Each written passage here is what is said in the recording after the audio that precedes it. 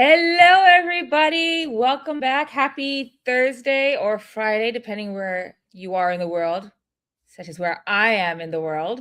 It's Friday morning for me.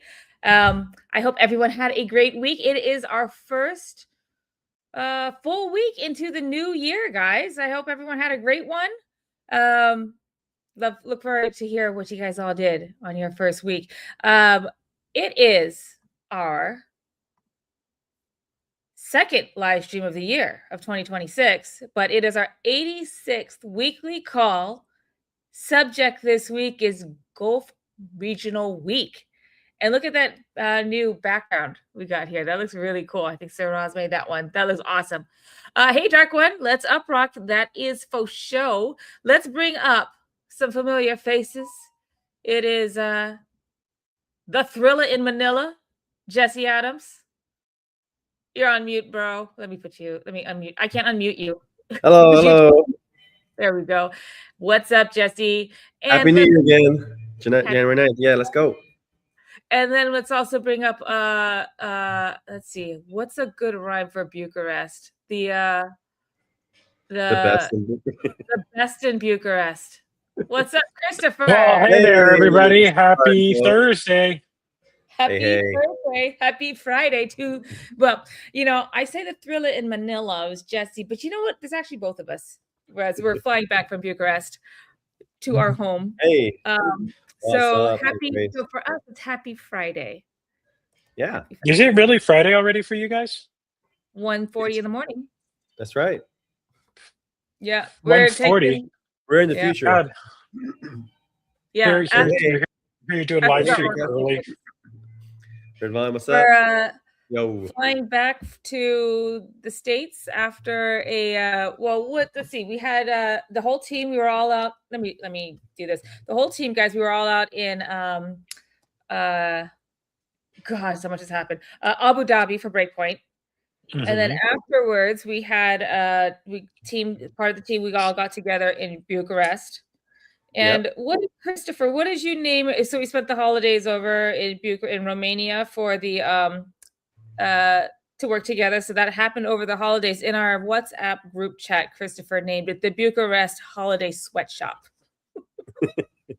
which is kind of what we did. Yeah, except we weren't sweating. It was cold as we were freezing. It was more like the Bucharest Holiday Freeze Shop. But yeah. We got a lot done though. We sure did. Hey, UpRock, back to you, man. And so now we're heading back to the States. So it's actually been really nice this past month to be in the same time zone. All of us kind of in the same time zone. That's pretty cool. I liked it. It was fun. It was great. Mm-hmm. Yeah, got a lot done. If you missed the last week's live stream, well, don't worry. We'll talk about what we got. The release that we had last week, which was really really fun. And we got some more new stuff. But let's get into the schedule, guys. What do you think? 2026. I think so. Let's do it. Yep. Let's do it. All right. Welcome to 2026, Vincent. That's right. All right. Well, let's talk about the Gulf National. We'll talk about the Gulf Regional Week. We'll do a recap on we'll talk about the emails that you guys may have gotten, the 2025 recap email. That was a fun little surprise. And some AI decisions for this year, some product updates, and also some reminders of some things that we talked about last week. And then we'll wrap it up because you know what, guys? It's I'm going to turn into a pumpkin here. I got a plane to catch in the morning. All right, let's get into it. So, Regional Week. Wait, real quick, we do questions at the end. So we got you. Right. You don't have to ask the same question. We started, just to let you know.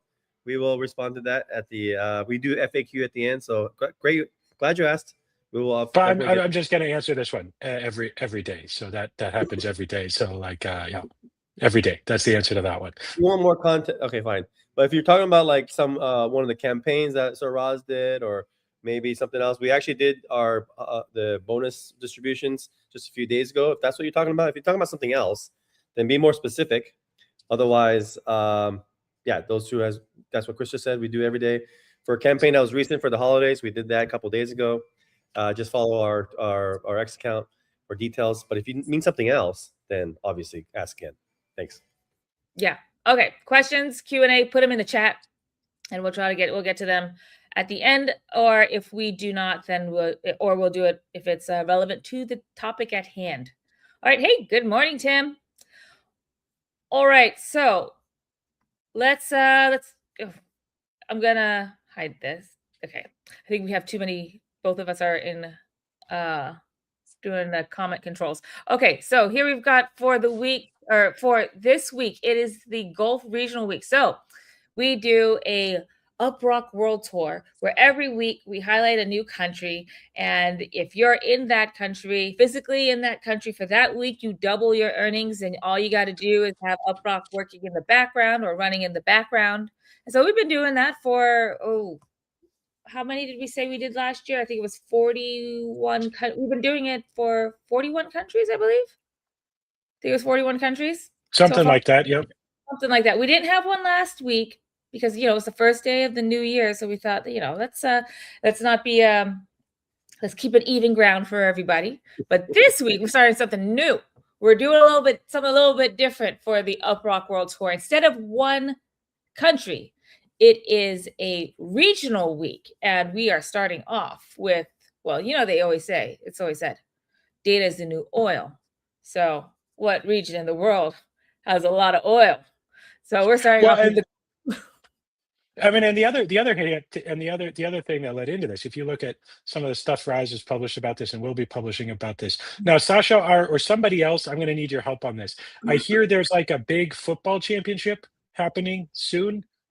I guess you guys don't mean the Super Bowl. You mean like the Super World Cup or something like that. And from what I understand, because it's played with a round ball, you do the elimination in rounds or something like that. So we thought we might take a little bit of that concept and apply it to some of our Country of the Week things, because we've heard the feedback from somebody like, hey, it takes a long time to get through each country. So even though real football is played with an odd-shaped ball, I hear all of you who like football played with a round ball. We're doing some stuff leading up to the World Cup, and so we're gonna play some regional games with that and some elimination rounds maybe or something like that, because that's just a few months away now. So this is our first.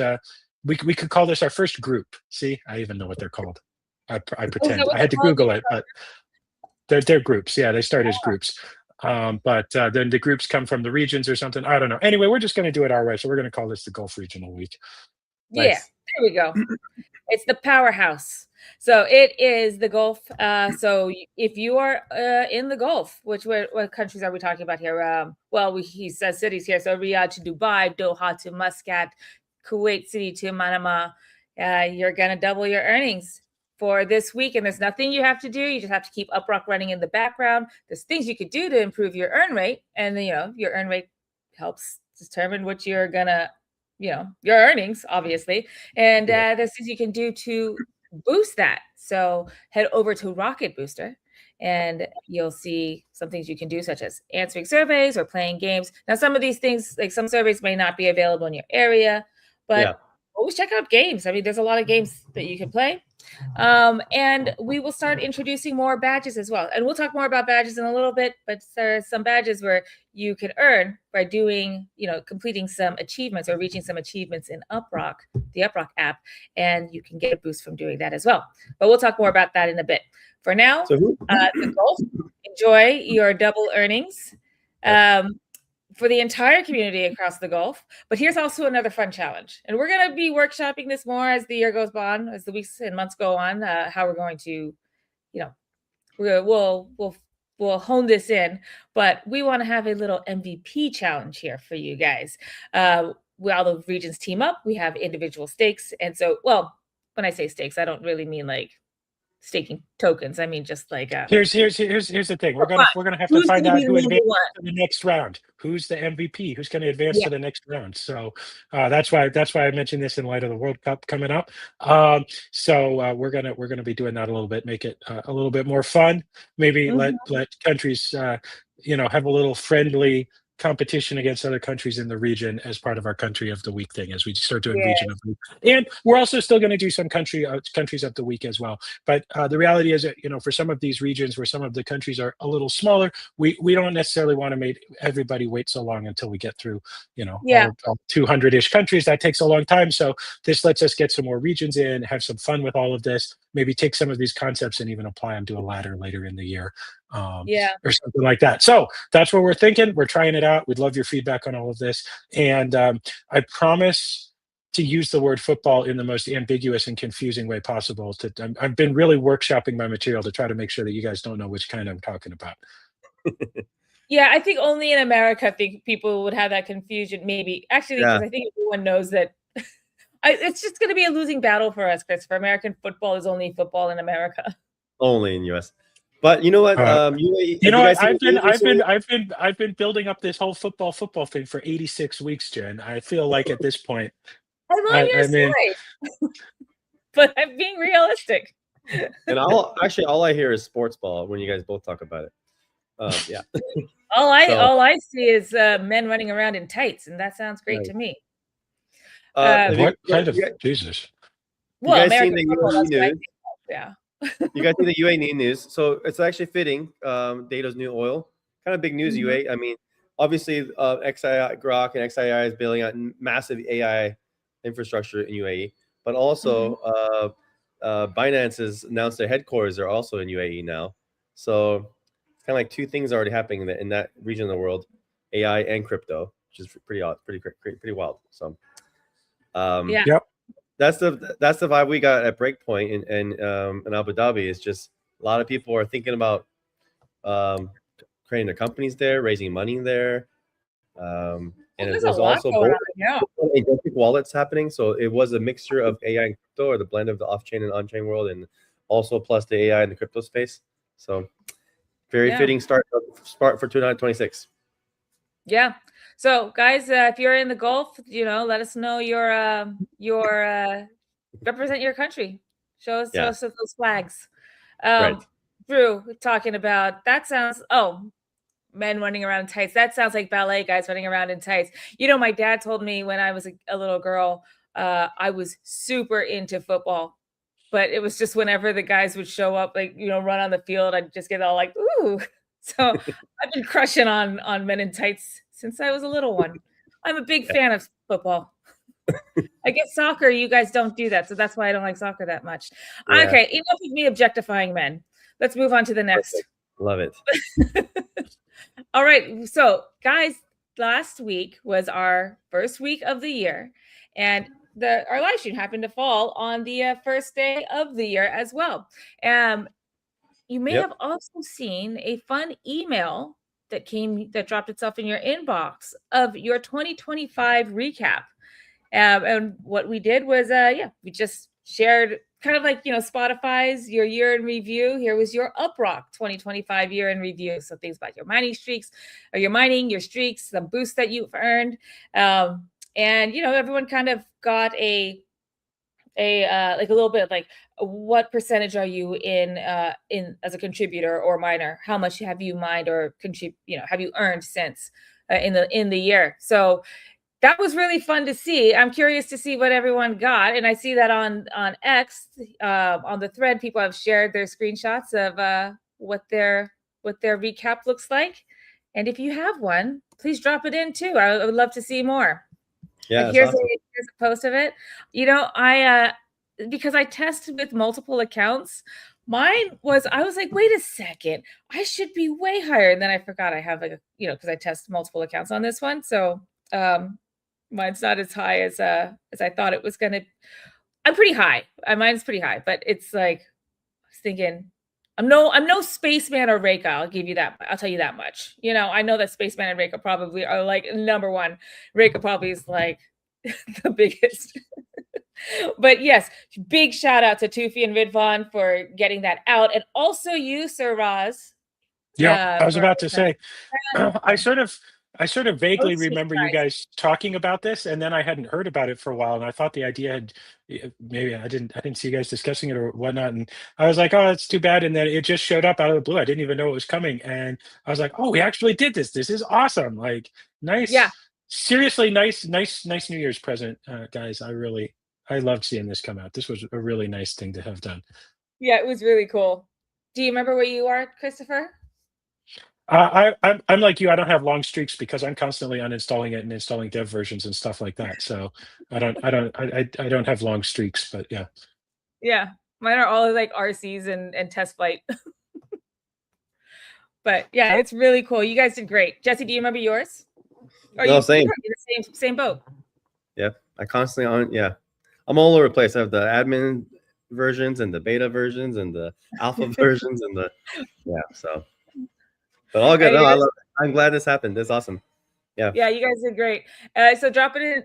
Let me put this. Let me highlight it again. But drop in what you got here in the thread, guys. I love to see it. I see it a lot. There's a lot in the thread. People sharing that. It's really fun.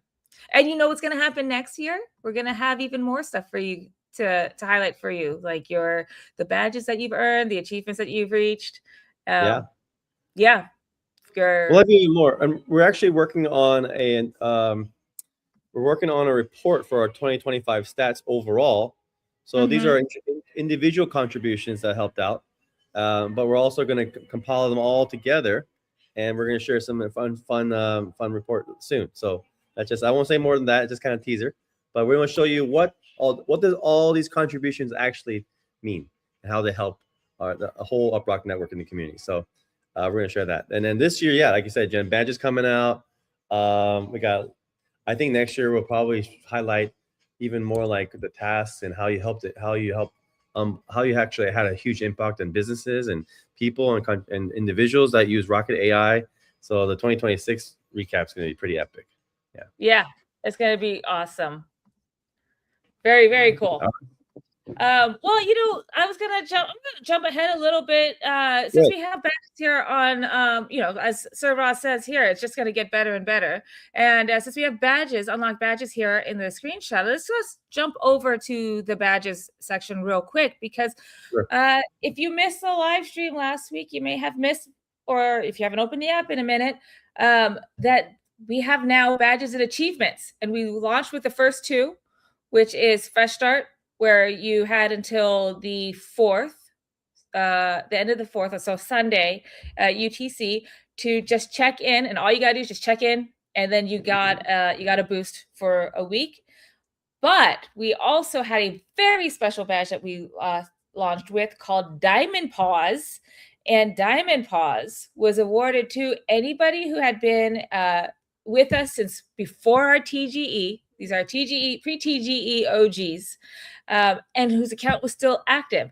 And we did it internally a week and a half ago, 2 weeks ago. We're like, how many people do you think it is? And we all we underguessed. It was over 40,000 accounts that have been with us since the beginning, before we even had a token, before we had a coin, and they are still with us, and they are still mining, and are still contributing to the network. So you guys, if you got Diamond Paws, that just shows up in your achievement section, and you've got that boost for a lifetime. So you will always have a 1.1x boost, and that's on top of everything else that you do.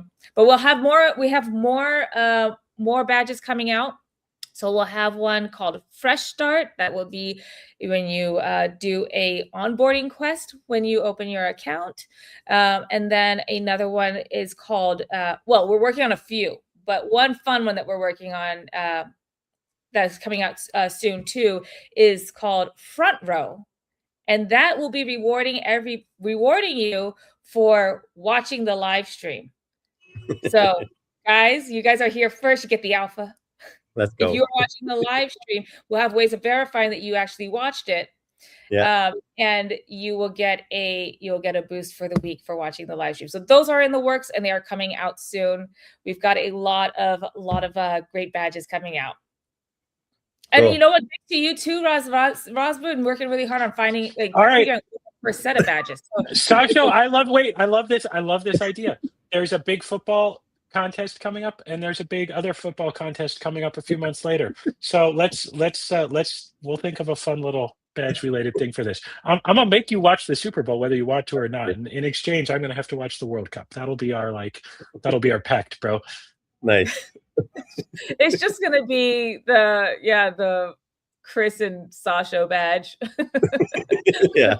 Competing badges. Already have two. Yeah. Anyway, these are really cool. So keep your eyes peeled again. So you to take a look at this, see what badges you've got. You head over to your account. So hit on your avatar in the top right corner of the app, and then you'll see an achievement section. Now there's some bugs that we're still some visual bugs that we're still figuring out. So if you see anything that's a little bit off, don't worry about it. We're working on it. But really, the first two badges that are out right now are Diamond Paws. If you got it, you got it. If you don't, you won't see it. It's not something you can earn. You can earn later. Like, it's already been distributed. What's cool about this too, Jen, I just want to highlight, like, this is very specific. If you guys didn't catch it, it's like these are people over almost 2 years now that pre-TG, and you kind of, there are people who are still earning. Like, we actually looked it up. If you just look at people who installed their app and forgot about it for months or a year, that number is actually even higher. So we wanted to see who are active just recently, like just even a couple weeks ago.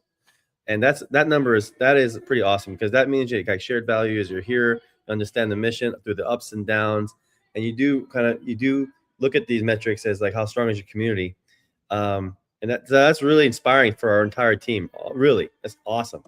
And I'd say, like, that's a really great way to kick off 2026. Like, we got millions of installs on top of that, but that's a core community of people who have been here before, and they're still actively people get new devices every year. They're switching new devices, they're reinstalling the app, and then logging in and checking the app out just recently as like a week ago. So that's a really awesome foundation that we've grown from, which is amazing. So I just wanted to highlight that. And we're gonna have more badges, because people have been around even a year ago. It's a big deal for us. And and people who show up to live stream every week, that's amazing, like Jen just said. But we really wanted to highlight the folks that were here before even TG even happened. So yeah. I know, like we were saying last week, there could be, maybe we'll do golden paws or something like that. But yeah, the big thing is that with these guys is they're still contributing. So it's not just like logging in, it's not just opening the app. It's like they're actually still contributing to the network as of like recently as the last couple of weeks. So if you didn't earn Diamond Paws, but you think you got some other paws coming your way, you're right. Make sure you're still earning, like still doing transactions, still contributing to the network, because that's what we're rewarding, is that you're, you don't just have an account. It's that you have an account and you are contributing to the network, this network that powers everything that we're building together, that powers the B2B product that brings in revenue, that helps with the token, and helps, all the tokenomics. We talk about it every week.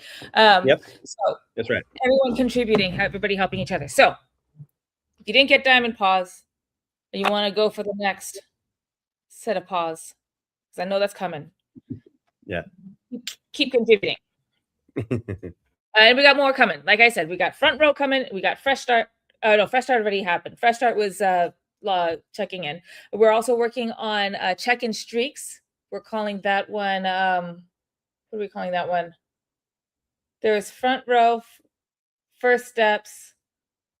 Well, you know what? Let's tease a few, but we actually have a pretty good list, and the list came from the Discord community and from Rocketeers. And so it's not actually, we're not even limited on ideas. It's like we're just going to launch out really good ones. So we're just doing stages. Yeah. The next, so there's Front Row, Fresh Start, or First Steps. First Steps is taking the onboarding, onboarding quest. Front Row is checking into the live stream, and you get a reward for every live stream that you're watching live, not watching it later on YouTube. And then the next one is Roll Call, and that's the streaks where you come in every day and you check in and you earn roll call. You check in for your roll call and you get a streak. So that's just like the first set, and then there's even more. There's Roz of the Rocketeers, all the folks contributing on Discord. I mean, they're very creative bunch, and so they got a lot of really cool ones coming down the way. But that's what we just decided to start with. Anyway, go check it out. And thank you guys for all of your contributions and helping. with that. Yep. Okay, I just wanted to jump ahead to that because we saw on the 2025 recap, the badges were on there, and that's part of the recap as well. So, but let's jump back into what we've got with well, you were talking about AI, Jess, the big investments in the UAE. So I thought maybe we could talk about this this post that we shared on X. Let me drop it in here. Sure. And asking, here, go check that out, guys. And we're asking, so AI isn't just, the real purpose isn't just about answering prompts, but to help us make better decisions, help us with everything in life in so many ways. It's almost it's hard to imagine how Oops, sorry. integrated we can make this into our lives. But we don't have to guess that much longer anymore, because in 2026, we think that the guessing era ends. Of AI guessing ends, and in particular through the UpRock DPIN network, with crawling, verifying, real world, getting real world data in real time, better data. So the question that we proposed was, what is one life or business decision that you want AI to help you with, to make help you make with 100% confidence this year? Tall order. Order, this is a good point, because we think about this a lot. Because what's a crawling doing? It's actually, when it's for a company or for an individual, it's trying to find insights or data. Ultimately, is to drive a decision you want to make, whether it's business decision or individual decision. And so what are you looking for? You're not looking for data. You're actually looking for evidence or data points to support an answer, to make a final decision and do it more confidently. If you think about it that way. And this is the reason why, even when AI is so popular and we're using ChatGPT, even if traffic's down on organic traffic is down on sites 20 to 40%, I bet you all we still use. I bet if we all were to screen capture our phones or our desktop or our laptops, we still have 30 to 50 tabs open. We still probably have 5 to 10 apps open, and we probably still have now we have multiple chat rooms open with Grok or Gemini or whatever you choose, ChatGPT. And even in Gemini or even in ChatGPT, you're probably hitting the regenerate all the time as well. And so, it's supposed to kind of solve the answer problem, but it's still really hard for an average human to just make sense of the chaos of the web. There's just so much data, and even AI is helping with it and summarizing it. It's still, at the end of the day, like the whole behavior you're trying to do when you're opening all these tabs and all these apps. And so it's a really tough, huge question, actually. Like, a lot of people are thinking like there's gonna be one God model that handles all your questions and 100% gives you the right answer all the time. Turns out that's not happening right now. It's kind of fragmenting and specialized models, and they're gonna be private models. Ones are gonna live on your phone, one that can do bigger things. There's not like one app that kills it all yet.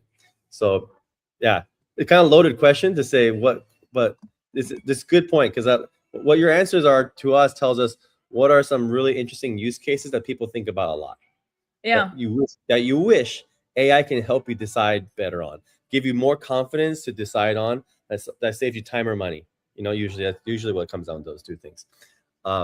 Yeah. So we're thinking about that a lot. That's what insight sets are about. It's like, how do we find all the evidence you need to make a decision confidently using AI with the superhuman powers of AI, right? Yeah. Yeah, so it's almost like sky's the limit. I mean, Yep. the most immediate one for me would be, hey, I have a layover in Manila. What should I do? Where should I go? Where should I avoid? Or what can I do? And I know you have TripAdvisor for that, but I want to know, like, I don't know, somebody who's been here in the last 3 months. Or, something that was, because a lot of stuff that I see is like, from a year ago or even pre-pandemic. It's like, no, what's happening right now? What can I do right now? And I only have 12 hours or 24 hours. What can I do right now? And where should I avoid? Things like everything I would need to know. Like, what's the tipping like? Like, can I use my card to tip? Is there tipping here? Do I use my card, or do I have to carry cash? How much cash do I need?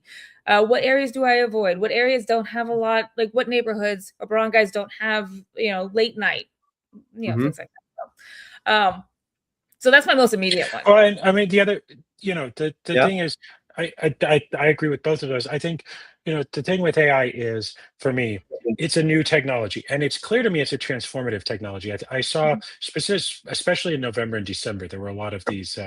It was popular on LinkedIn and X for a minute to be posting all these things about how AI is nothing but a bubble and blah blah blah, and a lot of the sources for that pointed back to a study that I believe was released by MIT or somewhere else back in that part of the world, that said, of this big pool of large enterprises that these huge Fortune 500 companies that had tried AI, something like only 5% of them had seen a return on that investment yet. And I think my answer to that is, there's twofold. That's interesting. So first of all, it goes to show that the first impulses, the very first things people are doing with AI, are probably overly simplistic and not driving enough value. Number one, but number two, it goes to show when you have a technology that's transformational, oftentimes the big incumbents actually have a really hard time adapting to it. So let's just look at an example: the internet, which I really truly think that this rise of AI in a different way, but it is nonetheless going to be just as impactful as the internet. Think about companies like Borders and Barnes and Noble. Amazon was nothing. Amazon was a tiny little scrappy, literally garage project. Or before that, the companies from the first from like the PC revolution, essentially, like Apple, Hewlett Packard, stuff like that. Consider what those were compared to an IBM. So I think we all know that Borders and Barnes and Noble sort of made several ill-fated attempts to join the internet era, and it didn't really work out that well for either one of them. So technologies this transformational are inherently hard to insert into existing business models. And then on top of that, when you consider that you're only looking at huge corporations where people's bonuses and everything else are largely derived by showing that they did something, not necessarily showing the individual success of projects, you can see why people are making safe choices. They're making choices where, when it's review time, nobody goes like, "Oh man, bro, you did this wild and crazy thing and it didn't work out, so you're losing a bunch, so you're losing out." And so I think what I'm really excited to see this year. So I know that you and Jesse both gave answers about how AI is going to work specifically. What I'm excited to see, and we're already seeing, is a lot of really practical AI usage applications coming out. Everything from the better coding tools. I don't know if you guys have seen the absolute explosion. So now we're moving beyond just MCPs to sort of like complete skills, which are much easier to integrate, where it's both the MCP and everything you need to know to use it. And we've got some cool stuff to show off in that regard as well. But it's just the case that this is still early days for AI yet. This is one where much more so than any technology since I think back to mobile when it first came out, or to the internet when it first came out. The genie is out of the bag on it. It is happening. And I would say to that, only go down to your local coffee shop, find somebody who's in their 20s, and ask them how they would research topics A, B, or C. And the answer from every single one of those people is going to be AI. I don't yet feel like a dinosaur, because we got into this just early enough that I sort of feel like I've been keeping up with what's happening with AI. But gosh, if I were five or 10 years older, I feel like this would be a really hard transition for me. I would be feeling left behind. The people who are inventing it, the people who are actually literally behind the scenes making all the big models right now, they're all online. Everyone's saying, "I don't know how this works. I'm actually overwhelmed myself. This is crazy, and I feel like I can't keep up."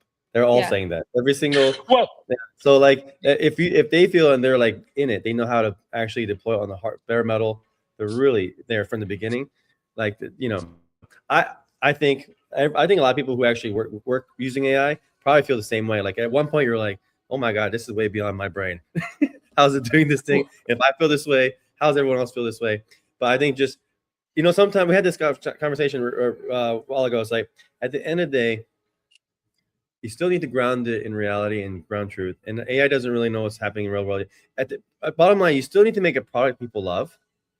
And humans still like to talk to other humans. I think this is why our live stream is awesome. We have direct connection with our community. But at the end of the day, you still need to make a product that people love. And how do you know that? Because you know what problems they solve, because you're still in the real world.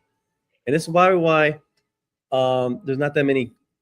There's no top 10 apps on, besides the chat room apps, besides the Grok and stuff. There's no actual app that's completely AI yet. Just because it's actually really hard to make a product people love. And it's going to be hard because the barrier to entry is going to be easier. It's a million apps generated by AI. It won't mean anything. It's going to be harder to get distribution, get attention, and make a product that people actually love. So at the end of the day, that's still what matters. So, I used to say when I would, meet people at networking events and stuff, I used to say to myself, or, to safety in the comfort of my own friend group or family, the guy who says, "Oh, what do you do?" "Oh, I'm the ideas guy." I'm like, "Oh, okay. Most worthless, like not worthless, but it's like as useful. What's that one movie? It's as useful as an asshole right here. It's everybody's got an idea. It doesn't matter if you're the ideas guy. It's not contribute. Are you you make something? You have to make something. Everybody has an idea. You have great ideas. There's dozens of people who have the same idea. Can you make it? Now that's different. Now it's really important to be the ideas guy, because actually now anybody can make it. It's really hard to be the person who has the great idea and knows how to, knows what needs to be made. So it's really interesting how like it's flipped now. Like you can, okay, maybe they can't make it. This is actually what I was actually make it. I let you go first, but this is what I was going to say to what Jesse said earlier. There's a great YouTube channel for anybody who's interested in science and engineering called The Engineering Guy. And this is like old school classic YouTube. He posts every 18 months and it's like a 20-minute video that's an absolute gem. And then he goes away for a year and a half. But he's a professor somewhere in the Chicago area of engineering, like civil engineering at a university. And he wrote a really, really good book called The Engineering Method. It came out a couple of years ago. I'm actually doing a long form video about this, like the last one I did to talk about this, but I'll just sort of preview this concept a little bit here. So the thing is, he points out, and the book, if you're interested in engineering, is a great read, but it really dives into it. I mean, think about the fact, if you've ever been to Paris or some of these other European capitals, or some of the great, relics of the ancient world throughout Asia and so on, even things like Chichen Itza in the Americas, all of these things were built without a modern or even complete understanding of physics, without calculus, without any of these things. They were built using the engineering method. And we in computers talk a lot about engineering, but really a lot of what we do is much more like science. We have, until AI, we have been able to fully describe what the computers are doing with closed form mathematical solutions. So we don't have to, one that sort of blew my mind on this, I didn't really realize this, when they built cathedrals, like how do you know that it's not going to collapse under its own weight? They would build a model of it upside down, so that they built it with the tallest parts on the bottom. And if the model could stand up with representative weights, then they knew that it would be strong enough that when they built the real one right side up, it would stand up. They didn't know exactly how static friction worked and how loading worked and how to describe all of that, but they came up with methods that were effective to use this technology that was sort of beyond their full comprehension at the time. And I think that's what AI is forcing us to do in the computer science and engineering field, is it's forcing us to start using the engineering method again. All of a sudden, we are beyond things where we can, at this moment, fully describe them in a closed form sort of mathematical solution. And so, yes, it's important to have the idea of how it works, but it's also going to be super important to have this sort of, let's call it a traditional engineering mindset, this concept of using good rules and good techniques, building progressively, understanding the fundamentals enough so that even if you can't fully describe each individual piece's behavior, you can nonetheless design and build a functional system, a system that is going to work from these pieces. So it's a fascinating take on engineering, and I think it really heavily applies to AI. Yeah, and also, it's kind of like even like language engineering, communication, like how to put together the right syntax, right? How do you speak? It's really interesting how it's not just numbers or mathematics, it's the science of communication. Yeah. Yeah, you know, it's funny you said that, Jen. I mean, we actually had a whole team meeting about this. We're not going to talk about it today because we want to have a whole live stream about it later. But just look up the words like ontology. If you guys don't know what term means, just look up that word. Ontology is as far as what computer science and programming goes. There's ontology like philosophy aside, but there's also ontology and programming. So look up that word. That's a big deal. How we're thinking about things. Semantics also, like you really need to. It really is it's how you bind so many different systems together in a world where now you can interface with the machine with human language. And so you have to think the relationship between stuff. And like the past, where you like, if you have a bunch of charts and graphs and tables of data, and if they're not defined well, this is why so many big companies that have been around for so long, they have departments that have no idea how to work together because they have different databases. So they're constantly copying different databases over and over again, and then re-changing the labels or recategorizing things because no one knows how the legal team deals with the accounting team, deals with like the procurement team. They're using different language, essentially different ontology, right? And AI can kind of go in there and kind of start labeling things on their own, but they still need a lot of human input. So it's better to have a framework, a common language, semantics, that makes everything just united and binded together. Very big deal. And if you think about a crawler product, that's a kind of next generation for AI, you have to think about these things too, because everything is done through human language with the inputs. And how do you bind that when everyone has different things, phrases questions differently? They have different decision making they want to do. Someone thinks of things in a business decision. Someone thinks about a life decision, whether you have a new kid or a parent or getting a new job.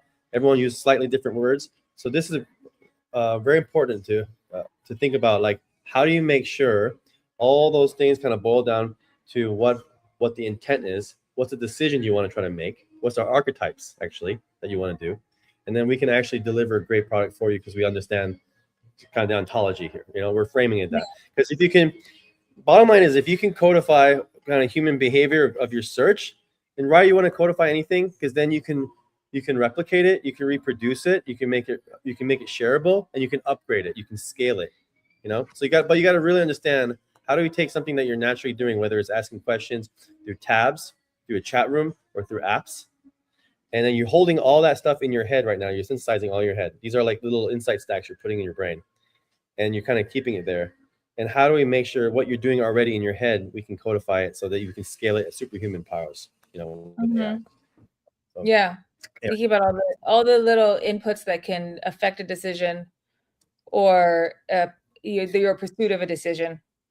Yeah. You were just saying about inner team communications, and how sometimes the accounting team doesn't know what the DevOps team needs or does, and they speak different. They speak the same language, but they speak differently, right? Right. Yeah, got me thinking about how, and then throughout this conversation, I've been thinking about how will human to human interaction evolve. Because as we use AI more, we have to be more thoughtful about how we speak to it to get what we want from it, right? Like we were just saying, language, the engineering of language. How will that change our communication with each other? Will we be better communicators because we can express what we want more specifically and better? And then start thinking about the difference in culture. So there was this character in Ted Lasso, and he's Dutch, and he says something, and it really pisses off the other players. And the guy's like, "Oh, no, he's not being rude. He's just Dutch. They're just direct. He's not being rude at all. It sounds like it's something rude, but he's being direct." Anyway, thinking about how AI can help with us. If we evolve to become better communicators, but then also have this tool to help us better receive communication from around the world, like it could translate that for us too.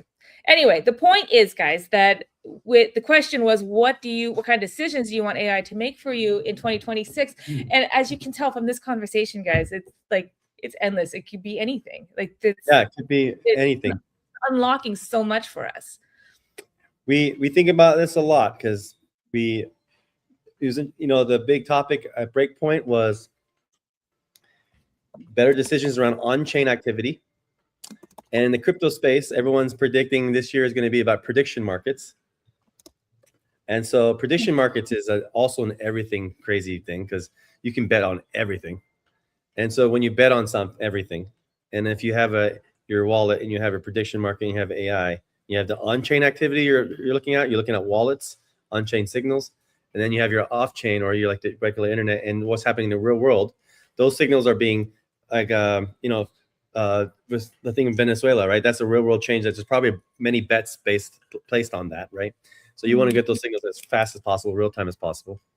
And so what comes down to is that those are all signals and evidence that you want to see that helps you make a decision either way. And evidence can be anything, because evidence could be data that supports your ideas, but also you don't want yes men all day long. So you're looking for evidence that's actually contrary to yourself. That's a smarter way to like steel man any side of a bet you're taking, right? And before you make a confident decision. And so how much evidence or signals you need to see before you make a decision for a lot of things. And it's all over the place. A trip could take, if you're planning a vacation for your family, you might plan that 6 months in advance. You might have tabs open for months before you decide this is a good enough price and everything, you know? Mm-hmm. And another trip with like maybe real time, you might want to bet on something that happened in the politics or news. And so you want only a couple of high signals really quick before you place your bet. And so how does AI make sure it gives you the exact confidence in the signals and evidence you need to make a decision and you don't regret it? Yeah. So yeah, I love this problem set, and it's what we're thinking about a lot, because this is what AI's promise is, to not just be an answer machine, but help you make a decision faster. And today, I don't know about you guys, but sometimes it feels like AI is more of a just makes you want to prompt more, and it's more like analysis paralysis. It gives you so many answers, and you keep pressing regenerate. You end up not actually making any decisions. Yeah. And it's actually being more frustrating. You actually end up having more questions than answers, and you actually end up like doing like you having too many presentations, too many PowerPoints. It's just too long. You can absolutely lead it too. You can absolutely lead it, and some are more ass kissers than others. You know, Yeah, so you can absolutely lead it to, you're always right and you're a god by the end of your session. Like, yeah, you know what? I always thought I was. When it starts saying you're a god and you're always right, you need to start a new chat room. Yeah. No. I think I'll stay there. There.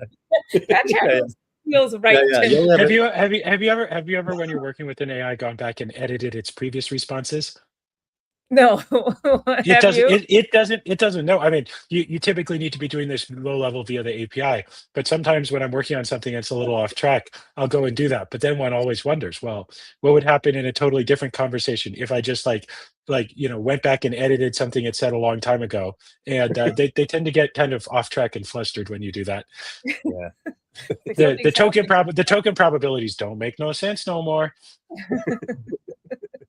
Yeah.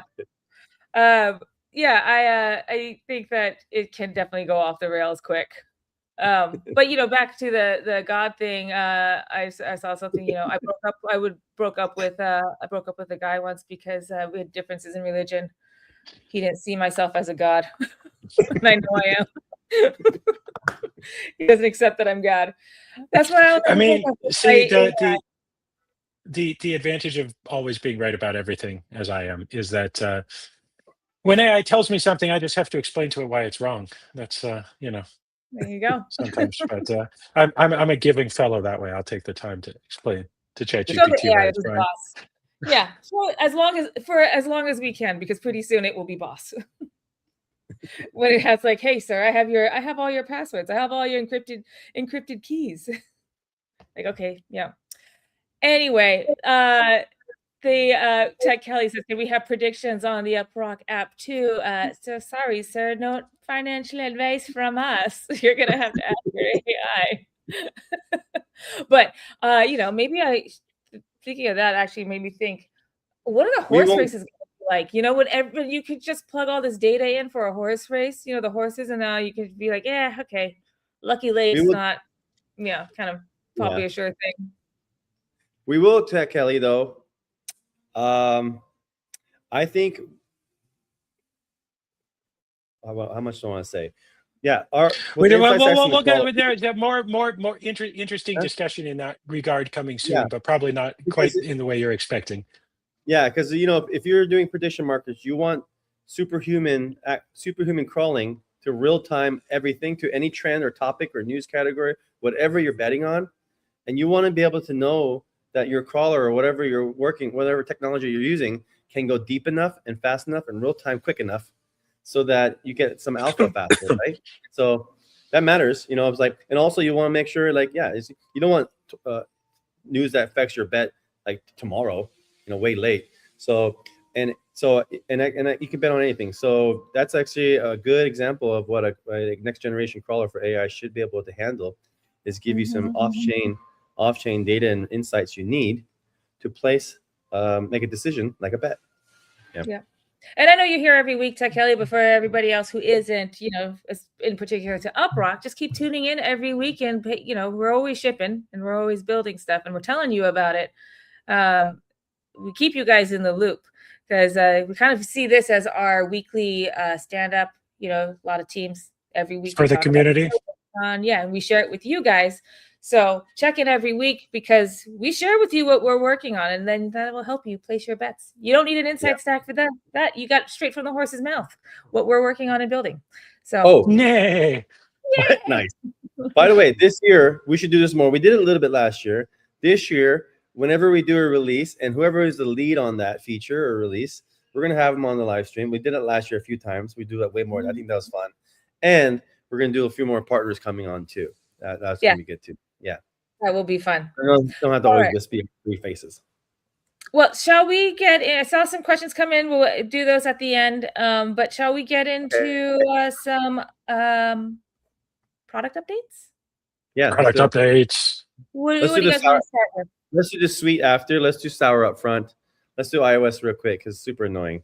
So yes. All right. So all right. So here's the thing about iOS.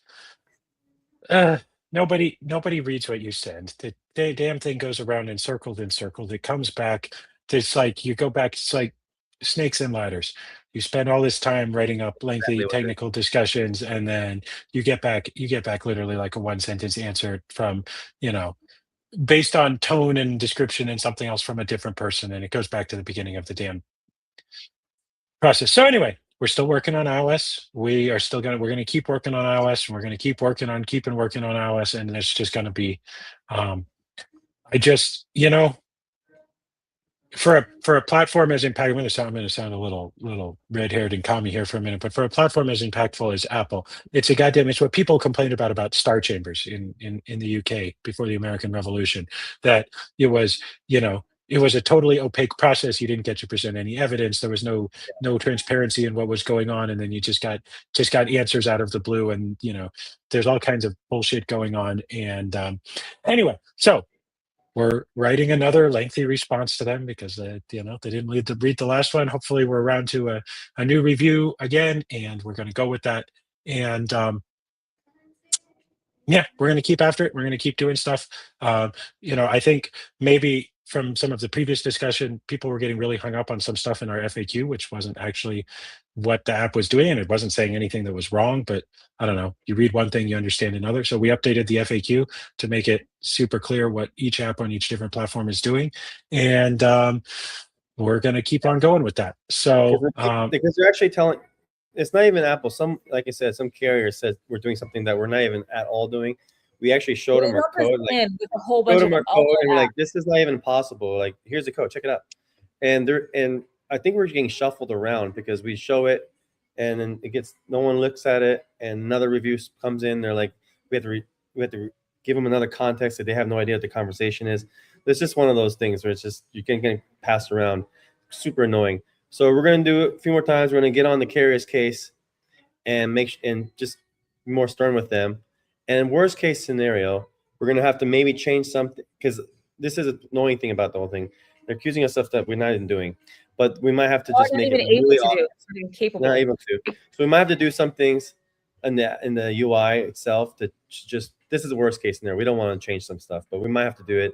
But we're going to try to just push on the carrier first, because we don't want the UI of the app store and the Play Store looks so different, and that'd be super annoying for us to manage, and for also to communicate to everybody too. So let's give ourselves another week or two max, and then if we just sound like it's like not going to happen. I don't want to We're leave stuck that in out. mud. We're stuck in mud. I don't want to just not be in the App Store for 4 months. That's crazy too. So we're just going to have to bite the bullet, do some UI things, just knowing. Anyway, that's our worst case scenario. So Jen's like, if you tell me we're making UI changes, I'm drinking. Okay, but Lisa mentioned it. Like, I mean, it's just like the speed test. I mean, I would just say that, right? They're super hung up on the speed test. So speed test or speed test, but for some reason they're thinking that we're doing nefarious network activity because of the speed test, which is not even it's impossible. Like we're able to they're just crazy what they're thinking. It's just a speed test, which is you can go speedtest.net on Chrome browser and it tracks your speed, how fast your website is. So worst case scenario, we're going to have some other way to calculate your base rate on iOS, which won't be by speed, but might be like by location and by activity. Like you have the widget installed, you have notifications open, turned on. Basically, we know your app is live and well. And so that does require some UI stuff, but we don't want to have to do that. So anyway, we're going to try our best next 2 weeks. If they're just giving us a lot of shit, then we're going to have to make that change, and then we'll probably show you the mock-ups here maybe first to kind of give you guys a heads up, but at least we can be back in the store by February. So. And also this is kind of the great thing about how we have Rocket Booster applied, because if push comes to shove, like let's say you have Rocket, you have the desktop app, and you have an iOS, and if push comes to shove and we can't do contributing, which I'm hoping it doesn't get to this, right? But if it does, you could still do the boosting activity on your iOS, and you get that earn rate boost, which will apply to any device that you have associated to your account, the one that has the best earn rate. So if you have an iOS device and you also have the desktop app, well, you can do the games and the surveys on your phone and get the boost there, right? Yeah. And then also it just applies to your desktop app. So that's kind of actually that almost, I don't want it to be the example, the example, real world example of what we were envisioning with the Rocket Booster or Rocket Boost, but that's kind of how it works. Some people don't have laptops. Some people, they're phone first. They discover you on the phone. They only have a phone. They do all their stuff on the phone. They do business on the phone. So we're hoping you don't have to rely on laptop too. But so that's our. We do our best to explain. It's like they're not really paying attention. I think we just had a blanket ban by a bunch of other companies that maybe are doing some crazy nefarious things. We're not. We show them the code. They're not even really paying attention. We can tell by their responses. Like, oh my God, just at least read what we said. Check things out. But anyway, 2 weeks. We'll see. And then we just don't want to be out. Huh? You know who could really use some insight stacks? Yeah. Exactly. Apple could use some insight stacks into this goddamn problem that they created. Go through all of our replies. Go through the code that we sent you. Go through every explanation to every single question that we've answered that you've asked multiple times. Well, to anybody who thinks I seem calm on this, the other day after we got our last response from them, it was just so indicative that they hadn't even bothered, or that whoever was sending that response it was just like reset. You can tell when the conversation gets reset because they repaste a variant of the same message again because it's like a different person and they're just going back to whatever. I had some choice words. I said the word fuck like 30 fucking times while describing everything that I would like to have done to them in court. But the sad reality is that suing Apple or suing the carrier in question might eventually succeed years down the road after we spent a bunch of the community's money on it. And in the meantime, it's just not productive. So this is, if I seem calm, you know what I'm going to say, look for the silver lining. The silver lining is we got the last message from them yesterday evening, and I haven't yet sent the response yet because I'm working on a big one, but very detailed. But I've had 24 hours to sleep on it. I've had 24 hours to remember that these people are not inherently evil. They're just lazy and possibly idiots. But I repeat myself. And I, if I Sasha calls me sensei sometimes. So here's my sensei moment. If I let them provoke an unrighteous anger in me, then I am the poorer man for that, not the other way around. Very I well. know that we have only done well. Or I know that we have only done good, and therefore I am confident that righteousness will win the day, even if righteousness does require us making some stupid UI changes. But hopefully, it won't come to that. Hope not. Hope not. Well, All right. last time the three of us got into some frustrating stuff with Apple. Well, the first time was when we had a little app store, and they sent a tiny little company, our little company, a cease and desist, and made us stop using App Store. And of course, we were a little company; we couldn't fight it. So we were like, okay, fine, we're going to be an app market. But I got some news. And who else did they send that C&D to? Microsoft. And so Microsoft was like, oh, hell no. And we're like, hey, we'll help you with that. We'll write an amicus brief. So maybe we'll have another whale comes along and be like, Yeah, hey. we could get like the Epic is still doing stuff with this and whatever. But anyway, suffice it to say, as viscerally satisfying as it would be to just throw this whole problem on the lawyers and say I'm not dealing with this anymore, it would be a Pyrrhic victory even if it ever arrived. So so we just got to keep on, grinding away at this, and yeah. Anyway. Okay. Yeah. Well, let's move on to our positive product news. But we have much better product updates too than that one. Oh, and by the way, just so everybody knows, despite the whole fact that we've been stuck in review hell, we have continued working on the app. So badges are being implemented. Some other new feature, magic receipts are done essentially, and then something else that's coming soon on Android is also being video. Oh, I didn't know we were even saying when that was coming up. But yes, the daily videos. They're working. That's pretty ready. I guess I should have also said that that's also in the works for Android as well. Android, so right. That's coming out soon. But that's already iOS actually has a lot of stuff that's already ready to go. It's just we can't publish it, and so yeah. Yep. Well, let me show you. Okay, Jesse, are you going to show this off? Yeah, I think I'll. I think he wants us to shut the fuck up, huh? That's what he's thank you very much. All right. I was on a call with Jesse the other day, and I really wanted to say something. And you don't know, Jesse, my mouse was hovering over the mute button on you. I was like, if I push it, can I pretend it was an accident? No. Well, let's see. I was going to show UpRock Verify in the Slack app. I was going to show on Cursor, but it's just too tiny there. Let me just show you here. Okay. I'm always afraid to show my Slack if anything private shows up.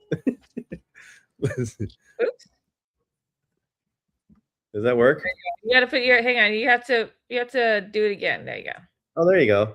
Okay. It's actually pretty awesome. This is UpRock Verify in a Slack app. So we have this idea of that we built, we're building a bunch of dashboards and stuff for Prism, but I really think we didn't spend too much time on API playground.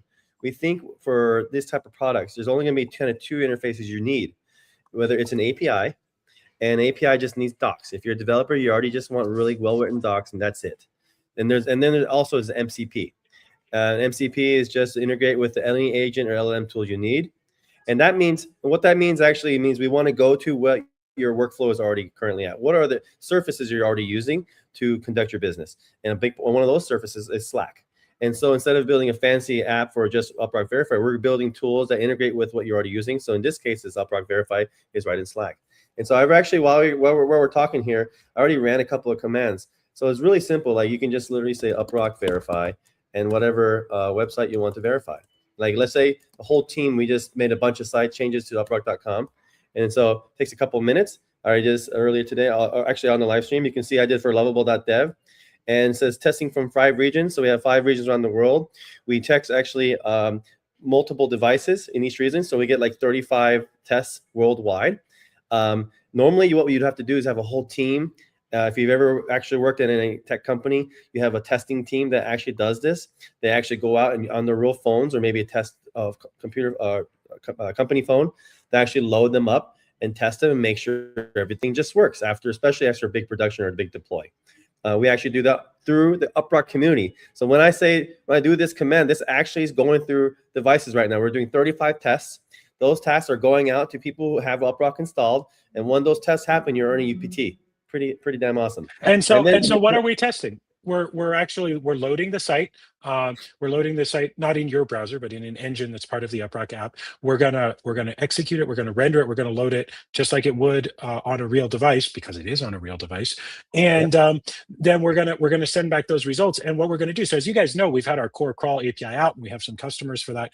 But we're really trying to make it easy for people to use, and we're trying to make it easy for people to install. So this is something that any team can install in their Slack, and then anybody can say, hey, UpRock verify, whatever, and it'll run this test, and then it'll come back and it'll show screenshots. It'll do an analysis and go, hey, were there visual glitches in this? Were there any loading problems? Was it slow in any regions? Et cetera, et cetera. And so this is that tool. Instead of having anybody who's ever published a website in the modern era knows, you go on Slack and you say, hey, can you guys check the site? Hey, I know you're traveling. Can you check and see how it works there? Or maybe you know a friend there, and you text them and ask them and all that kind of stuff. But now this is something that anybody can do whenever they want. And more than that, so we're showing this off right now in Slack, because this is such a cool integration. This is something anybody can add to their Slack very, very soon. But we also have the API available for this, so developers can integrate it into their deployment workflow. So when you have an AI, we've shown off Maestro before about how we can have the AI make a change to our site code and all that kind of stuff. But one of the last big holes in that, if Maestro makes a change to the code and I look at it on GitHub and I say it's okay and I approve that thing, when it deploys, how do I know it's good? Did the deploy, like, does that code really work in production on the live internet? And so the only way I can do that is use a little script to submit a bunch of crawls, do all the analysis myself and all that kind of stuff. And that's hard. Users shouldn't have to do that. So now we have built this right into the Edge API, so that by asking for this, it automatically handles all that hard work. So any developer can just drop this right into their build or their deploy script, so that automatically every time a deploy is done, and many sites push tens or hundreds of times a day. Anytime that's done, they can automatically have an UpRock verify run that will automatically verify that their site's working as intended around the world, check for any problems with the latest deploy. This can be done in like red-green deployments as well, where maybe you ship one version of the site and you're gradually rolling it over, so you can have it automatically tested before you even start sending traffic to it. So this is, there we go. That's... So uprock.com is loads well, boom, that's it. And so what's cool about this is we take screenshots, and when you use Cursor, or the reason why you have MCP version is you can integrate this tool to any agent or LLM you prefer, and all LLMs today can very cheaply analyze photos or screenshots and tell you what's in them. And so a lot of times if you're uploading something and the font is too big, or maybe it doesn't, or it loads blank, because a lot of times, like, that's a big deal, because maybe it initially load, but nothing shows up, then that's not usable. It loaded fast, but something broke in the JavaScript or something. So that's actually not usable. It might be fast, but not usable. So we want to know both of those things. That's why reachability and usability is score matters.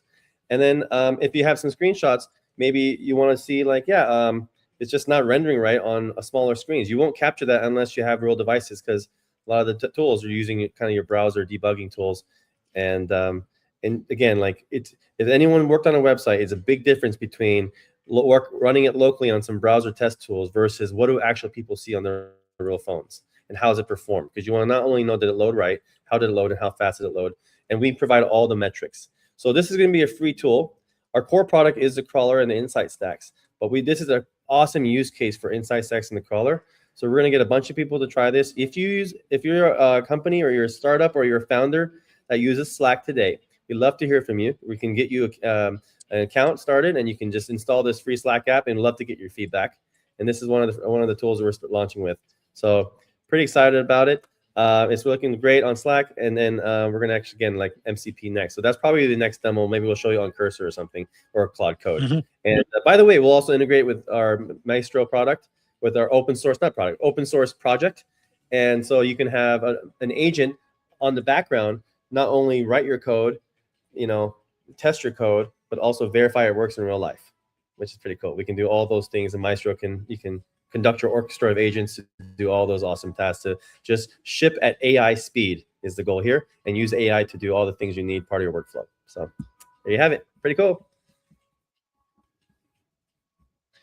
Yeah, this is awesome. So this is something we've been obviously working on for actually, you know what's actually fun about this? I was about to say we've been working on this for a long time, which is true because all the underlying pieces of it are the whole crawl infrastructure and ecosystem that we've been working on. But actually, this concept came together pretty quickly. Actually, and literally from our own use case of just like, hey, we just deployed the site, is it good? That kind of thing. And it just goes to show that when you build the fundamentals really well, building good use cases on top of it is not that hard. When did we start working around this? Around, I'm going to say the beginning of December, maybe just the very tail end of November, something like that. Yeah. I mean, so we were saying on like the crawler product, it took a long time to really make it really work great for what we're trying to do with insight stacks and kind of bigger picture. Really happened to start around November, and that's how we were able to close one of our good contracts in December at Breakpoint. So when that started working well, we knew we can start unlocking these new use cases that are pretty awesome, like this one here, UpRock Verify. Yeah. So that's the time. That's about the timing. Also, shout out to Quan team and Uzair actually. It's actually Uzair. Actually, yeah, I'm working on something else yet, but Uzair. I'm sorry. Yeah. It's Uzair. Yeah, I mean, whole team on this, but Uzair really picked up the ball and ran with it on this one. Yeah, maybe we should have Uzair on here. So we're going. Yeah, that's true. So we're gonna have like a bunch of we'll have very soon. We'll see. I think you're gonna see it pretty soon, but you're gonna see some API key management. We'll have a section for just some free tools. We want people just to see the power of a next generation crawler for AI and see what some use cases. So this is one of them. We have several coming up too that we'll showcase soon. It's just like we did today. But yeah, first, like I said, this is actually in a place where if you already use Slack for work, we'd love for you to try it. So whether you're founder, startup, or big company. And Drew's asking here, it's just for Slack, not Teams. I think what's Teams? Microsoft Teams? Yeah, Slack, just more popular. Teams. Ugh. If people want Teams, honestly, if a bunch of people ask no, just Jesse. If a bunch of people ask us, we'll do it for Discord. If you want a Teams integration, that's what API keys are for. I see. Friends don't let friends use Teams. No, that's a joke. Honestly, if there's a bunch of requests, we'll probably do it for Teams too. But on the roadmap, obviously, we're doing the Slack integration because we use it all the time, and because it's such a great gateway for getting businesses using UpRock. But honestly, in terms of total number of usages, it's going to come from the MCPs. That is from AI tools doing it as part of their own testing and deployment, and from build queues. I mean, it's hard to overstate for those of you who don't work in front-facing web type stuff, just how often websites get built and need testing like this. There's even for our own relatively low volume, there's days where there are more than 100 builds. And certainly shops I've seen that are doing a lot of stuff that's really web-facing sometimes have thousands of builds a day. And that's absolutely an opportunity to have every single one of those running an uptime sweep to verify that it worked properly. So so these are great use cases, and this is just taking that core crawl API, which we do have people using, but it's taking that and making it easier for teams to integrate it and get started with it. So this is fun. And you did say the Discord word, and so now Girk is alive. Of course, you have the Discord version. You said the D word, Chris. You gotta make it for Discord now. What's the line from WAP? Big D stands for big. Honestly, Discord uptime checks. Yeah. You know that song. We went karaoke in Bucharest right after New Year's. Right after New Year's, and Christopher puts on, or his wife puts on for Christopher, WAP from Nicki Minaj. Is it Nicki Minaj? Stallion? I don't know who's in it. Who are you? Cardi B and Megan Thee Stallion. Jesus, how do I know this? To pop culture. Well, you also know the whole song like verbatim. Well, they put the lyrics right up on the screen there for you. But no. You rapped it like you knew it. It's hard to you can see the words on the screen. Doesn't mean you know how to say it. You rapped it like you knew it. Like it did get popular during COVID, and we had a lot of time on our hands. Yeah, guys, talking about your WAPs in the shower, and the macaroni in the pot, and the little Bangle food. Anyway, I digress. But I guess you did bring it up first. Yeah, well, fair enough. So anyway, yeah, so that's rolled out. We're super excited to have it working in Slack. It's come in more places. It's obviously in the API already. So anybody who's an API user, you can use it today. And you know what? Talking about product updates, this is an interesting product update. It feels less sexy than some of the other stuff, but we've been making big progress on getting some new API docs out for the crawler API, because that's one of the feedback we got from a lot of you who were testing and from other people, is that the markdown docs we were sending around were not quite explanatory enough, and like, hey, look at these other services and stuff. They have these cool, pretty docs that are like, you can explore it, and they've got a little playground and all that stuff built in and so on. And so yeah, so we were working on those earlier today. I'm actually really excited about it. We're going to have new docs up soon, and I think that's going to make it a lot easier for people who want to integrate. So it's not as sexy as some of the other stuff we talk about, but you know what? It's like they always said back in second grade. If you don't talk to the other kids with complex markdown docs that have a built-in playground, they're not going to know what you're talking about. My second grade teacher was way ahead of the times. Nice. Yeah. Yep. No more to add to that. I think I've managed to break Jesse's brain, Jen's brain, and Drew's brain all in like 90 seconds. Drew's just like ... WAP ? He's processing. I can. Are you gonna say it? Nope. No, he's got Google and UpRock. So there we go. Anyway, yeah. So docs are a ton of work. It's less sexy, but it's actually really, really important for driving adoption. And as we all know, the community benefits when people use this. So that's why, even though it's not the most fun, I've been putting quite some time into getting out all the good API docs together. Docs and MCP. That's where it's at. API docs and MCP for tech products now. If you're building something like us, like infra and AI tools, those are really two of the areas where you should be. We don't actually believe there should be any middle ground where you're building these fancy AI API playground sandbox things. I think it's a waste of time. We're not gonna waste any time doing that. It's just gonna be API docs and MCP. So yeah. All right. I think those are the main big products for that side. This whole month we're gonna continually share some of the tools we're building in Crawler, because it really just came together toward end of last year. So that is what 2026 is going to be all about, is this insight stacks and the Crawler API underneath it. The consumer apps I'm excited about, because we have rewarded video coming, badges last year. We're going to keep beefing that up. The desktop apps are going to be more and more important this year too, because we actually have crawl jobs that are going to be sent to desktop as well, like the AEO stuff we talked about. So there's SEO, there's AEO, artificial intelligence engine optimization, or just call it answer engine optimization. People want to know if your brand name or your company or your restaurant or whatever your business is, does it actually show up in AI when you ask it a question? And so just like the SERPs, there's like SERP crawlers where they actually show you what Google shows when you type in on Google search. People want to see what actually shows up when you type into ChatGPT or Grok or Gemini. And how do you do that? Same thing. You want to crawl that data or take a screenshot. And so a lot of those jobs will go through desktop. So that's also pretty exciting. So we're actually, if you guys noticed, past couple months, we've been regularly actually updating the desktop app a lot more than we did even last year this time, because actually a lot of the improvements are going through desktop too. So pretty great. Yeah. Yeah. All right. Well, we have a couple of questions that came through, and I want to go through them.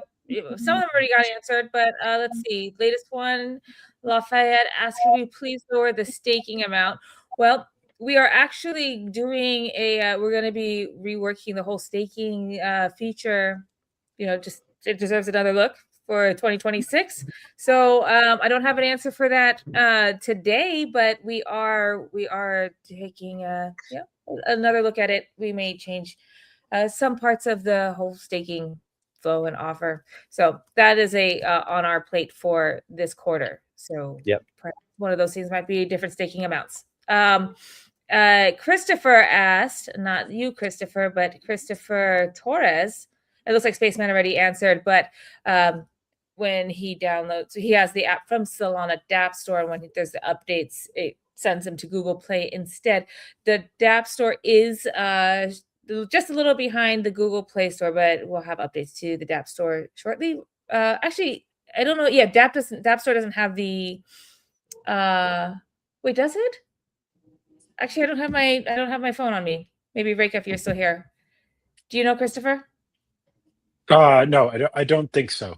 No, I don't If think it- it has. I don't think it has the achievements update yet, but we do have some Now, fixes. you will see any earn rate multipliers coming from those in the Yeah. multiplier, but you won't actually be able to see like the nice UI Yeah. showing the achievements and stuff like that.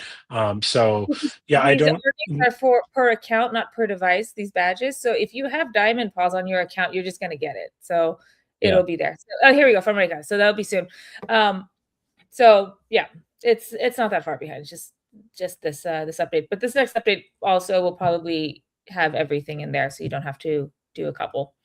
Yeah, and then I think that's all I had start so far. Here, let's see. When were the? Oh, okay. Here, just for Siraz. Just hey, keep it on the timeline for sometime this year. Greetings from Latvia.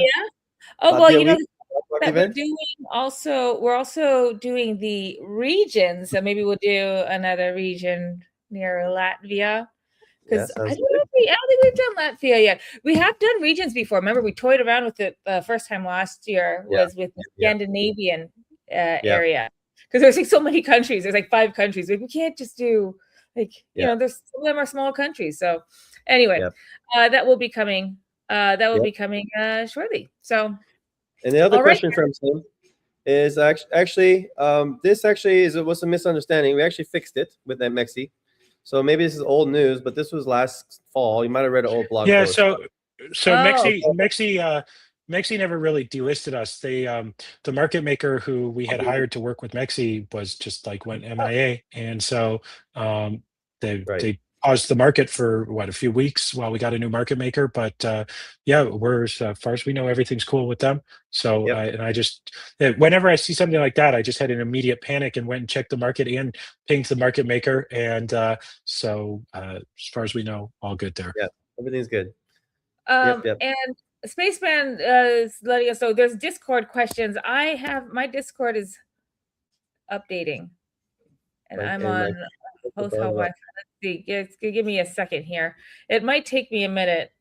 Ooh, every time I open Discord, it's like 8 updates every single time. Oh, okay. Here, I got Sasha. Sasha got some questions. Okay, so this is an interesting question. So right now we don't do like browser sessions or being able to do clicking off what we load. So that's like interesting.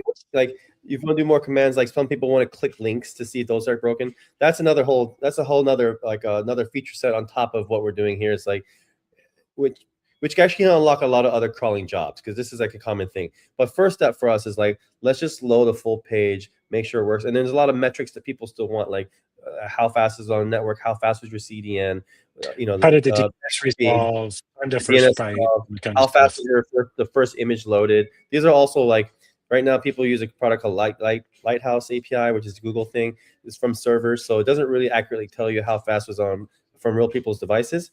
So this is already a step ahead of that completely, because this is like the production real devices. So that's first step. Then, you know, being able to click around and do stuff in the browser, that is not just for this. That's actually for a lot of other things too. Does open up some kind of words to think through with. We're playing. If you do stuff like that, it's very featureful. There's a lot here, so that's why. There's also, you can come across more bot-ish. If you might come across some like more bot-ish. You could we have to fight more of the bot blockers if you don't do that right. Second is some companies might be against their TOS, or like, we don't want bots clicking on things. It's like, it's okay if you just load and like do web metrics and page speed. Before I start clicking around and do like logins, things like that, then it's just a gray area that we have to think through. It's just a gray area to think through. That's all. And so we want to be really thoughtful about stuff like that. For first step is just, and it's also a lot more work to actually allow people to actually like click on things. You have to because then your customers are going to ask us, okay, how do you define what to do? Write scripts for that. Like maybe you want to enter text into a search box. How do I decide which text I want to enter? This opens up a whole bunch of features. Yeah. So we're going to think about that a lot more. First step is just let's load and crawl and scrape what we get. Yeah. I have questions from Discord. I'll bring them up. Let's do these one by one. Image file. That's right. Okay, sorry. Okay, here's the first one. Okay. Let me hide this. Okay, so not unleashed. I think Klaus. I know that that kitty cat. I had Streak Miner achievement for a day or two. Now it's gone. Is this normal? Also, is there any thought on adding referral achievements? Okay, first question. Streak Miner was not supposed to go live. That was a test one, so that should be gone now. So we have that one was the wrong one to put out. So the next one is actually the daily streak. That's going to be called roll call. And so that one's going to be you just check in every day. And then depending on the milestones, it's a big thing. We'll have that next. But Streak Miner was not supposed to go out last week. That was not that was more of like a test one. So that's why you don't see it anymore. You may have gotten a short boost from that if you did get it, but that one is not. And referral achievements, that's on the list. Something around referrals. Achievements is on the list too. That is the Rocketeers and Ross had ideas for referral, so that is also on the to-do list. I think it's in the next stage, referrals. But the follow-up to that, I saw that you, Spaceman, had a follow-up to that message, which was before. Okay, let me make sure I remove this one. Okay, so his follow-up, Spaceman's follow-up to Klaus was, yes, you'll see, and this is true, you will see changes to the achievements page over the next few weeks as we have more. We fix a couple of visual issues, and as we also release more achievements and badges. And referrals is on the list, but yes, we do have the existing referral, just general referral issue where we need people to be able to enter a referral code after signing up. And Tufan, we need an update from him to get that out. So we already have the interface done. We just need to be able to have users have the 48 hours to enter a referral code if they forgot to do so when they signed up. Yeah. Now let's see what we got next is about. Oh, Klaus had a question. Could we elaborate more by naming what our current development roadmap goals are? Like, for example, the referral ping notification system that was discussed on the weekly call. The referral ping, is that the one where, gosh, we have so many great ideas on the line. What's the referral ping, Klaus? You're here. So what did you mean by that one? Yeah, while you answer that, let me answer the first two. So if you want things in writing, I think what we can do, I mean, for one of the live streams, reason why we're doing this is for the product updates. I think we could probably, well, one of the things we're going to do with the B2B product side is have a better, more updated blog. I think we can actually mention all of the B2B products there. Probably on our UpRock.com, we can list out kind of high level what's going on this quarter for updates on the consumer product side, on the .com side. We on the B2B side, all I can say is like we're always a little bit nervous to bring out, say everything up front right away, because this AI space is so highly competitive, and we have well-funded competitors, and who knows if they're watching or not. But our sometimes surprise and speed is part of our superpower. So we rather just announce it like when we almost have it done, but we can give you high level things we're working on, and like crawler API is like there's like that's nothing crazy there to say. It's like we're just building it, but the deepen network with the community. That's actually pretty awesome. but some of the stuff we're building on top of the insight stacks, like we haven't revealed too much about that yet, the architecture, because we want to wow you guys, surprise everyone when it's actually fully ready for people to use. And it wouldn't be smart for us to just keep talking about it while people are watching. Yeah, so slightly stealthy, but really, like, we don't need to hide all too much. It's like at the end of the day, startups is only good as how fast they move. So but we also don't want to be stupid, because people move fast and every week counts in the AI crypto space. So I would say let's think about how we're going to share the roadmap and put it in writing for the B2B stuff. But .com stuff, like, we'll always do more. We can do, as you know, these live streams. But if you want like a blog post or something, or like a dedicated page, we can do stuff like that. And we'll just keep updating it. Yeah. So. Okay. All right. So the question, he was talking about the where you could notify your referrals to remind them, hey, you should be checking, you should resume your mining. Yeah, that one is I don't have a where that is on the roadmap yet, because we have all these other things that we want to get out that are like, one, either bringing in like revenue, so things like the or helping people with the number one question, which is how do I increase my earn rate? And so those are things like rocket booster activities and things that introducing things that will bring in a booster that encourage people to come in every day. So we don't have to like ping people to come in every day. Like we're putting stuff in the app that makes them want to check in every day.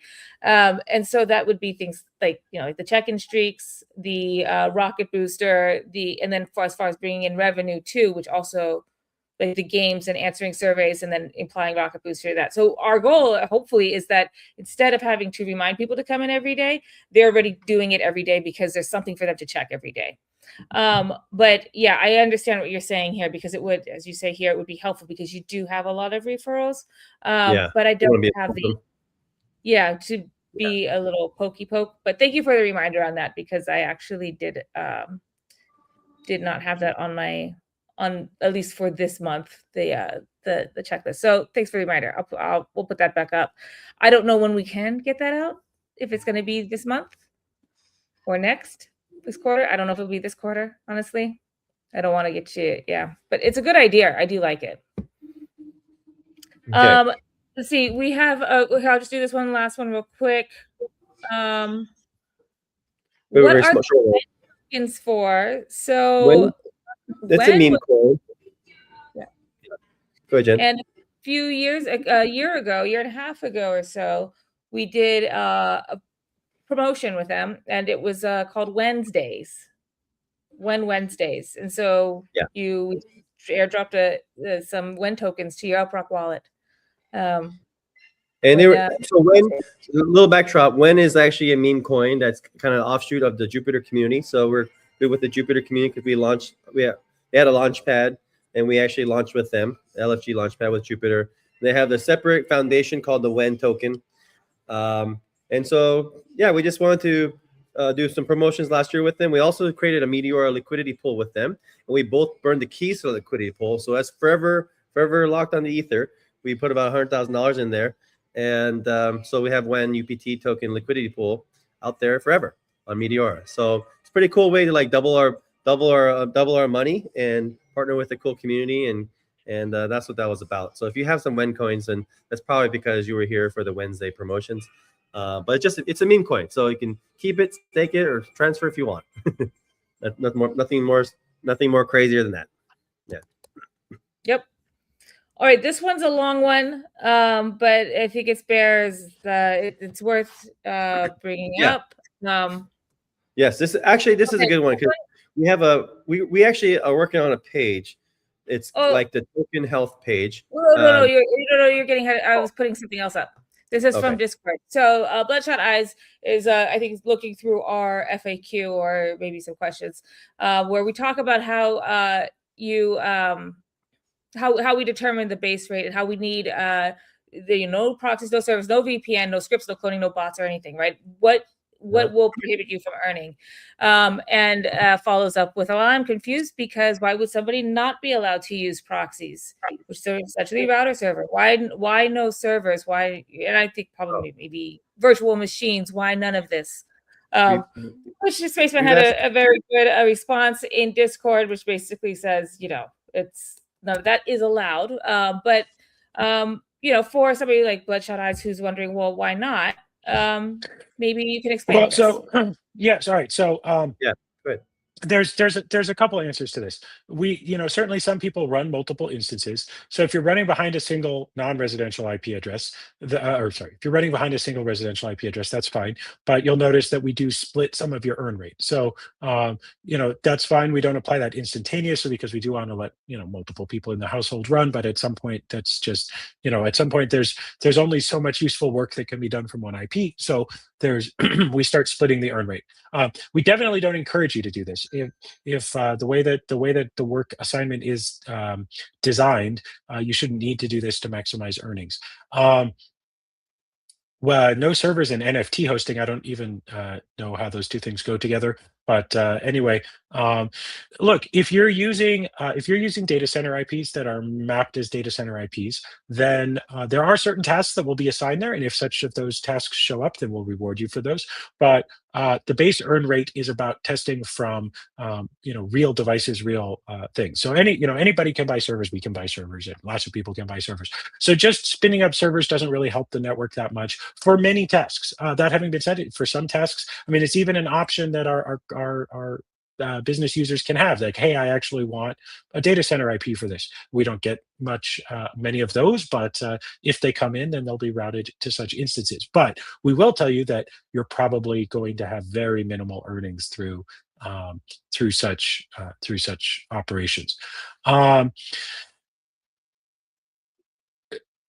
I don't know what the thing about phones is, because the application isn't a script. It operates in the Android system. So I guess do what you want with your phones. They're your phones, but scripting it isn't going to improve anything, because what's going to matter is the actual provable work that it's doing. So if you want to run lots of copies of the app and they're not doing work, then they won't have much of anything in the way of earnings. But you do you, bro. But yeah, the recommendation is don't run too many instances. It won't help your earnings in aggregate. And if you really abuse the network a lot, then we'll probably limit your account. So I would recommend not doing that. Yes. Good. Thank you, Christopher. All right, so Jesse, and then you were starting to answer this one from Dark One, was asking, you'd like to see a statistics. Ooh, it's hard for me to say. Statistics tab. Jesus Statistics. Statistics tab on crawl jobs completed on time, complete time, and so on. That would look really cool, or stats for the nerds kind of thing. First of all, Dark One with your cute cat makes no sense. Every time I see that avatar, I see that avatar, I'm like, oh, that's it. Because I'm pretty sure you've popped in here before. I recognize the kitty, so that always gives me a smile. So thank you. Yeah. That's what all cats are thinking. Like, I will kill you if they don't feed me.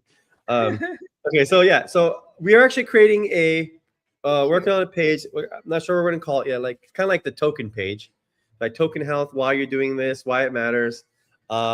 So the first page is about your earnings, like why you're contributing. You want to really focus on your individual contributions and make that worth it, so you know what to do and the offers and stuff like that. But we want to also get a bigger picture and also stuff that directly impacts the token. So that token page will have like how all the crawl jobs are impacting over the worldwide stats, crawl jobs, speed tests we're doing, how it impacts businesses. And then and also stuff like here's where you can buy the token. Like, we don't even have those links really easily found, discoverable in the app, which is crazy. So a place where you can understand tokenomics, how to get the token, but also what's the token do? Why is it central to our ecosystem? What's it actually enable? What are all these crypto micropayments worldwide actually enable? And so try to do that in a useful way. Maybe we'll put a video there where we can explain it. Maybe, not just link to the tokenomics page on our website, but a little more interesting that's mobile friendly view. So it's just, maybe it could be educational videos, links to tokenomics pages, but also links to our exchanges, our partners, and also explanation of like how is UPT central to our ecosystem, how it works for companies, how it works for the earn rate, how the whole ecosystem works together. I think that'd be a really cool page because people do have that question. I think that's an awesome question to answer in a fun way. And like why these crawl jobs work. And we want to show off too. Like you are part of a bigger community. Like this is actually amazing how many speed tests we did last year and how many uptime we're doing. And now this year we're going to do a ton of crawl jobs. And we want to show that off. We want you guys to also show that off. We want to make that page easily screenshotable and shareable on social media too. So great question. That's coming. Yeah. All right. There you go. Cool. All right, guys. Well, I think that's all of the questions.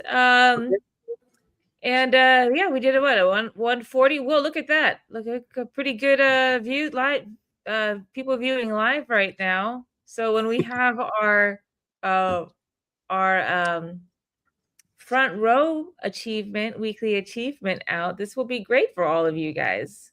Yeah. Where you can just check in every week for the live stream and get a It's a little funny because lately I've been the one who's in the later time zone than you guys when we do these streams, and now the shoe is on the other foot. I know, dude, I'm tired. It's 3:15 in the morning.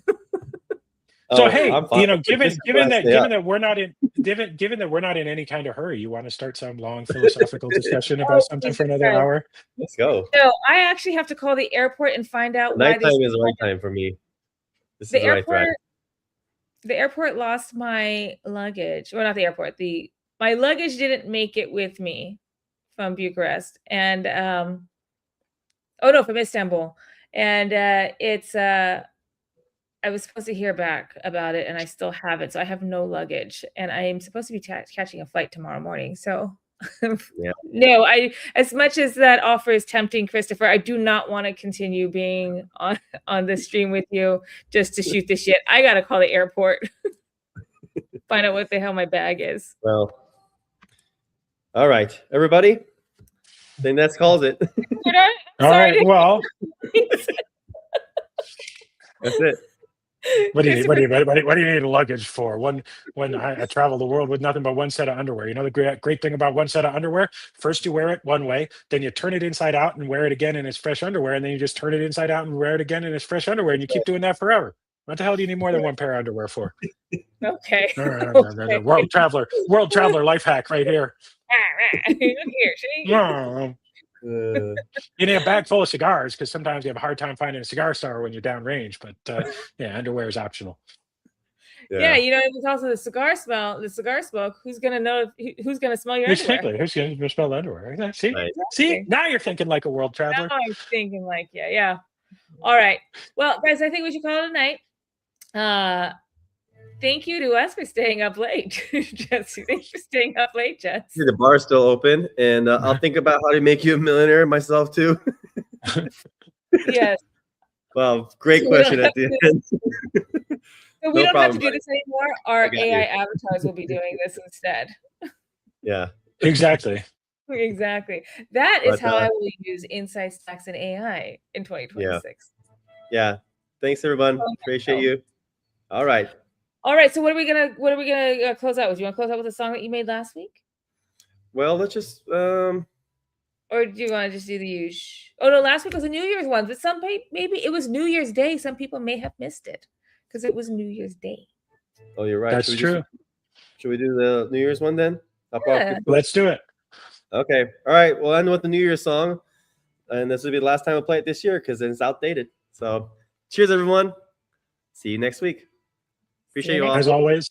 As always, thanks for spending your Thursdays with us. I hope everybody has a great weekend, and we'll see you next week. Bye now. Bye. Bye. Bye.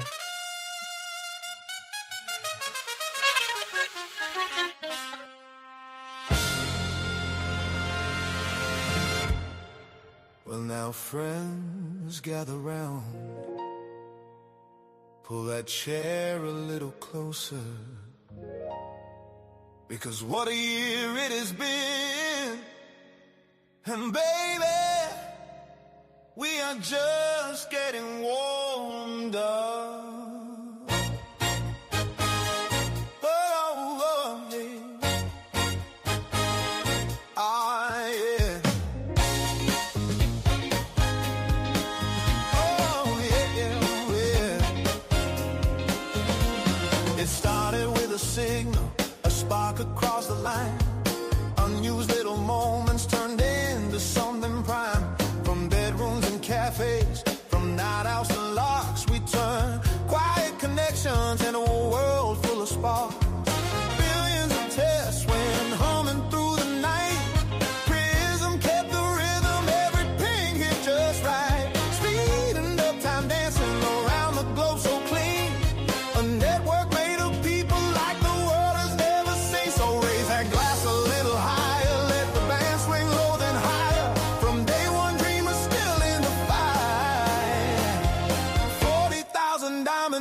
shining bright.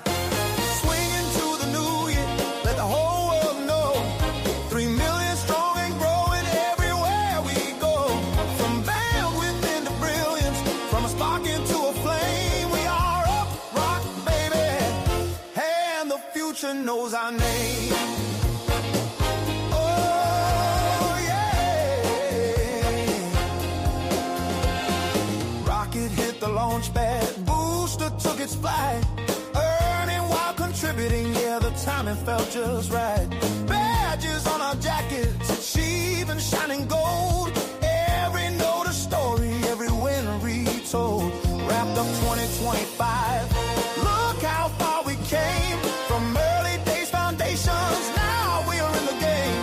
Dipping on the dance floor, AI in the groove, unused internet, now finally learn to move.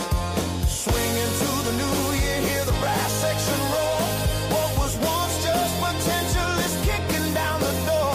From uptime to insight, from rhythm into gain, we are UpRock, baby. Say it loud, say it plain. Prism lit the spotlight, Istanbul felt the sound. Real devices, real data, as the crowd gathered round. From Solana roots to global reach, the message traveled fast. The crowd can own the future, and this movement is built to last. Super team came marching, ambassadors in tune. From Nigeria to France, Brazil, Vietnam, and beyond soon. Street videos and meetups, universities and calls. One big global chorus as the old walls fall. Burn it down, but in the good way. 10 million, your PT gone. Buy back steady daily from dusk till dawn. Bit more, open doors wide, more to come. Just wait and see. An economy in motion, built for you and me. Dead stuff got stronger, crawling, staking too. Web-scale contract signing, 50 million jobs coming through. Magic receipts ringing, every scanner win. Holiday pools were flowing, let the good times spin. Swinging to the new year, feel that global beat. From country weeks to world tours, every street a scene. 41 nations dancing, double rewards inside. When the world stays running, we keep the lights bright. Yeah.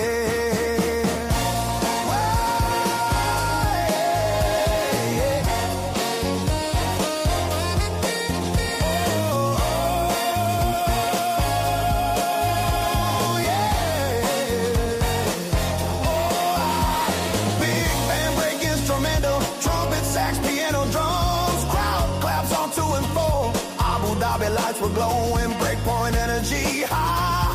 Maestro on the screens, inside stacks reaching sky. From crawling to orchestration, from node to knowledge clean. This is not just search anymore, it's an inside engine dream. 6,000 builders vibing, Solana family strong. From beach houses to main stage, everybody sang along.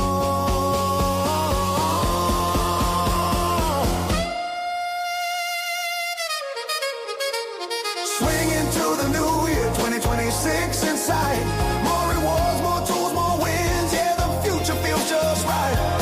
Inside stacks are coming, world tours round again. From London lights to everywhere, this party never ends. Oh, swell and slow and warm, so thank you for the uptime. Every signal, every share, you built something bigger just by being there. From all of us at UpRock, with love and endless cheer. Happy holidays, fam and new. And a swinging new year.